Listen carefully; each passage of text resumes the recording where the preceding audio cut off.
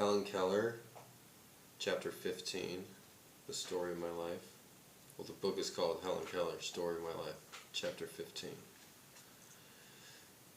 The summer and winter following the Frost King incident I spent with my family in Alabama.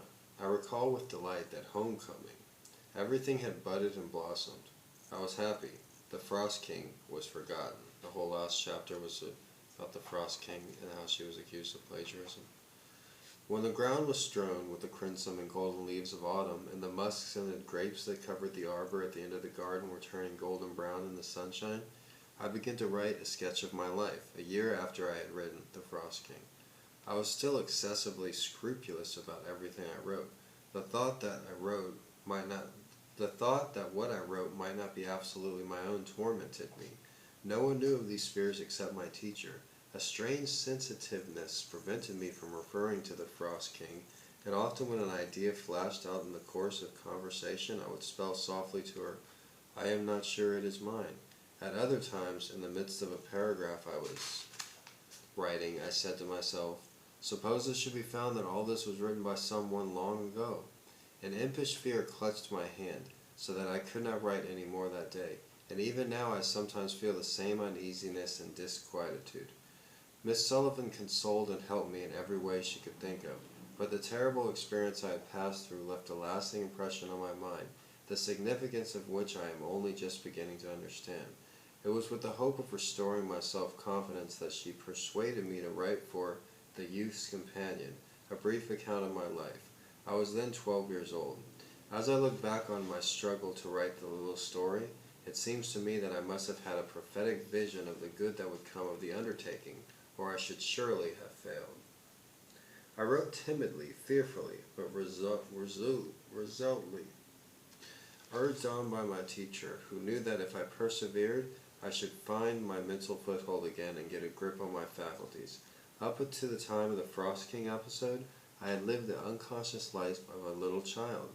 Now my thoughts were turned inward, and I beheld things invisible. Gradually I emerged from the penumbrum of that experience with a mind made clearer by trial and with a truer knowledge of life.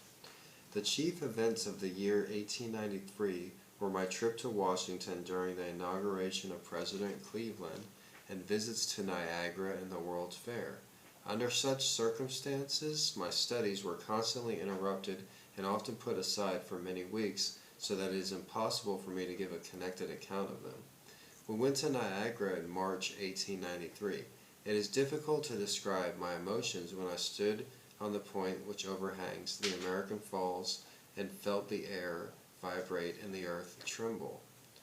So she couldn't see or hear Niagara Falls, but she felt the air vibrate and the earth tremble. It seems strange to many people that I should be impressed by the wonders and beauties of Niagara. They are always asking, "What does this beauty or that music mean to you? You cannot see the waves rolling up the beach or hear their roar. What do they mean to you?" In the most evident sense, they mean everything. I cannot fathom or define their meaning any more than I can fathom or define love or religion or goodness. During the summer of 1893, Miss Sullivan and I visited the World's Fair with Dr. Alexander Graham Bell.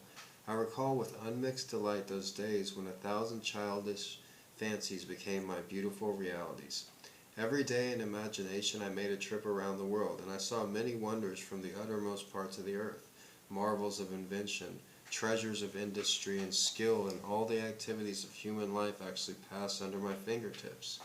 I liked to visit the Midway plus science. It seemed like the Arabian Nights.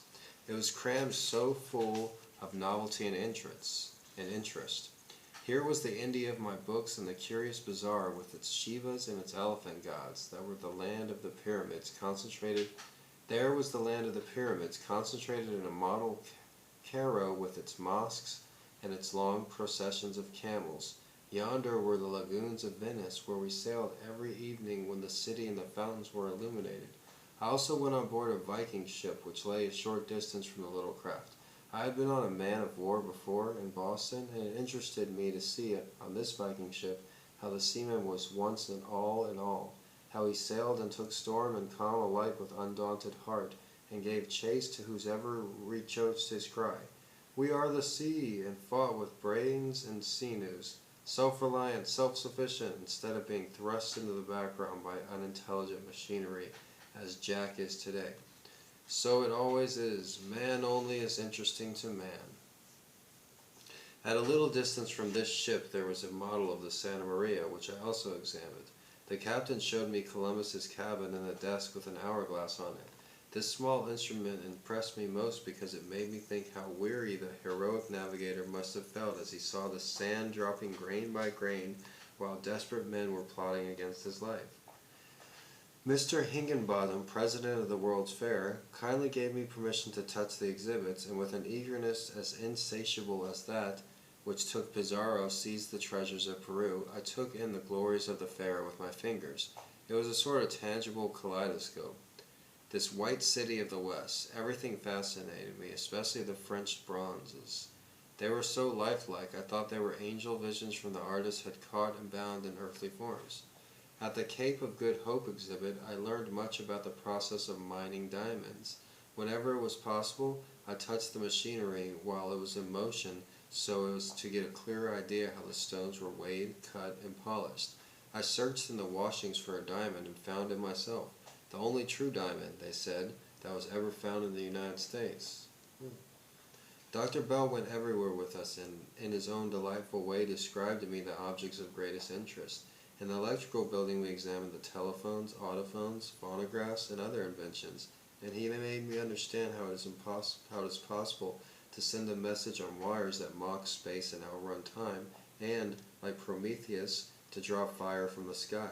We also visited the anthropological department, and I was interested in the relics of ancient Mexico and the rude stone implements that are so often the only record of an age, the simple monuments of nature's unlettered children. So I thought, as I fingered them, that seemed bound to last, while the memorials of kings and sages crumble and dust away. And in the Egyptian mummies, which I shrank from touching, from these relics I learned more about the process of man than I have heard or read since. All these experiences added a great many new terms to my vocabulary, and in 3 weeks I spent at the fair, I took a long leap from the little child's interest in fairy tales and toys to the appreciation of the real and earnest in the workaday world. Well, it's a great chapter. It describes her going to the World's Fair and touching all the objects, and then going and seeing Niagara Falls. And it's really beautiful at the end there. She says, well, like it reminds you, she's like, we went to the electric building, examined telephones, autophones, and other inventions. Like, this was before electricity or telephones were even invented. And she's writing like this well, she's deaf and blind, and she's writing in the 1800s. This well, normally stuff from the 1800s, it's not written like this. It's not written as this well and easy to read. She was way ahead of her time. But I really enjoyed the ending part where she's like talking about how kings are forgotten about, but these relics, this art, stays the test of time. We also visited the anthropological department. And I was much interested in the relics of ancient Mexico and the rude stone implements that are so often the only record of an age, the simple monuments of nature's unlettered children that seem bound to last, while the memorials of kings and sages crumble and dust away. So the memorials of kings and sages crumble away, but the artwork lasts forever. Artist. You know those paintings in France? Those were painted before any king ever existed on Earth. And thousands of kings have died and everything, but those paintings are still there. It's a good thing to... One time I sat in a replica of that cave and just sat there and just stared at those paintings while it was blizzard outside. I was totally content I was human. So art lasts forever in a way. Art lasts longer than anything else. And that was Helen Keller, The Story of My Life, Chapter 15, read by Gregory Brandt. That's me.